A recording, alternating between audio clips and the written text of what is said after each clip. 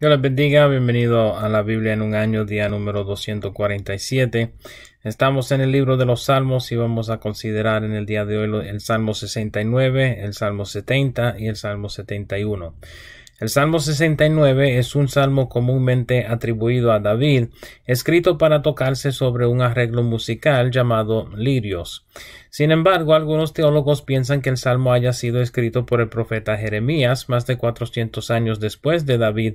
Aunque no sabemos particularmente los eventos cuales instaron la escritura de este salmo, ambos hombres parecen haber pasado por situaciones similares a los escritos en este salmo y pudieran fácilmente ser su autor. No obstante, el salmo es una plegaria en tiempos de angustia y el clamor del salmista hacia Jehová. Quienes piensan que Jeremías escribió el salmo toman los versos 1 al 3 en términos literal, siendo que Jeremías fue actualmente tirado en un pozo cenagoso para que muriera y solo escapó por la gracia de Dios. Quienes piensan que David escribió el salmo toman una perspectiva simbólica de estos versos. Los versos 4 y 5 parecen indicar que el autor fue falsamente acusado de algún mal y estaba incorrectamente siendo culpado por algo cual no cometió. Aparentemente su supuesta culpa se hizo notorio entre el pueblo de tal manera que se aumentaron en gran manera sus enemigos. Los versos 6 al 9 parecen indicar que quien escribió el salmo fue una figura pública con fuertes percepciones del pueblo que sus palabras debieran ser sin reproche. Sin embargo, se encontraba en una situación cual pudiera públicamente traer vergüenza a todos quienes confiaban en Jehová.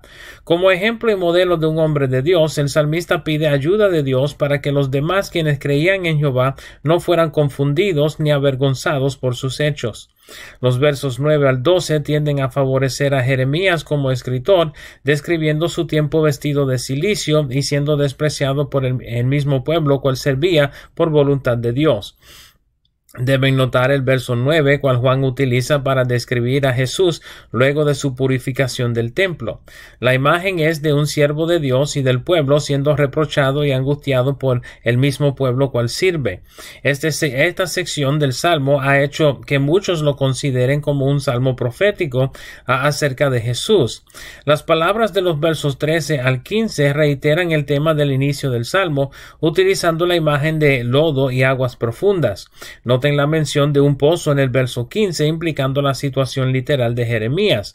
Sin embargo, deben notar la manera en la cual el verso 13 no parece indicar gran urgencia, sino más bien confianza plena en Jehová y la disposición de seguir en su angustia mientras esperaba la contesta de Jehová.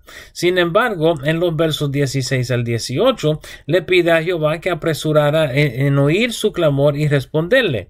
Noten la mención de la redención de su alma en el verso 18, indicando la presión tanto espiritual como física y emocional cual sentía el salmista a causa de su situación.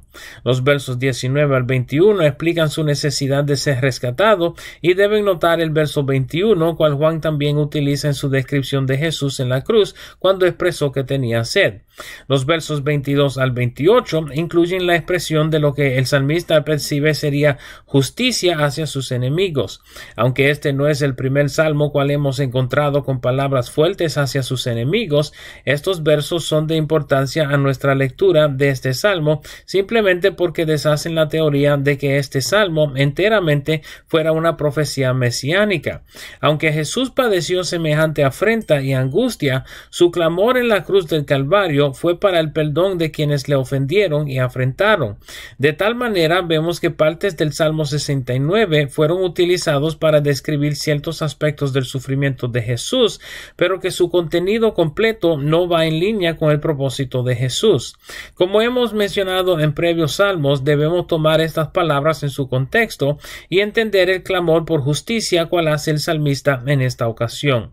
Los versos 29 al 36 tienden a favorecer una autoría por David, ya que este segmento parece mencionar varios de los mismos temas de sus otros salmos. Noten cómo el salmista menciona que adoraría a Jehová aún en medio de su aflicción. En el verso 31 describe que su adoración y acción de gracias sería más agradable a Jehová que el sacrificio. Noten el verso 35, cual menciona la gloria de Sión y el favor de Jehová sobre la santa ciudad. Quien fuera quien escribió el Salmo 69, podemos aprender la importancia de adorar a Dios y mantener nuestra fe en Jehová aún en medio de angustia. El Salmo 70 es otro salmo quiástico de David, escrito para conmemorar algún evento. Debemos notar que el Salmo 70 tiene una estructura quiástica, pero no concuerda con versos completos en el español. Presten atención a las palabras del Salmo a ver si pueden distinguir su estructura. Comienza y termina con su sentido de urgencia para la respuesta de Jehová al clamor de David. Noten cómo el verso 2 comienza con una súplica a que sus enemigos fueran confundidos y avergonzados. En contraste, el verso 4, cual hace el paralelo con el verso 2, describe el deseo de David a que los justos pudieran regocijarse en Jehová, engrandeciéndolo por su salvación. El verso 3 sirve como el eje del salmo o el punto de doblez, describiendo la frustración de los planes de quienes le hicieran afrenta a David. El comienzo del verso 5 hace paralelo de contraste con el final del verso 2, explicando la situación de David, mientras que el verso 2 suplicaba sobre sus agresores.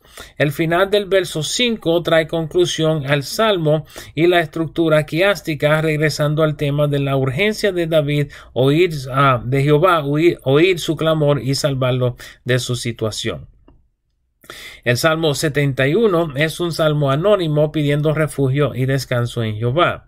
En los primeros 6 versos podemos notar imágenes similares a algunos de los previos salmos, mencionando a Jehová como refugio, roca fuerte, fortaleza y continua fuerza.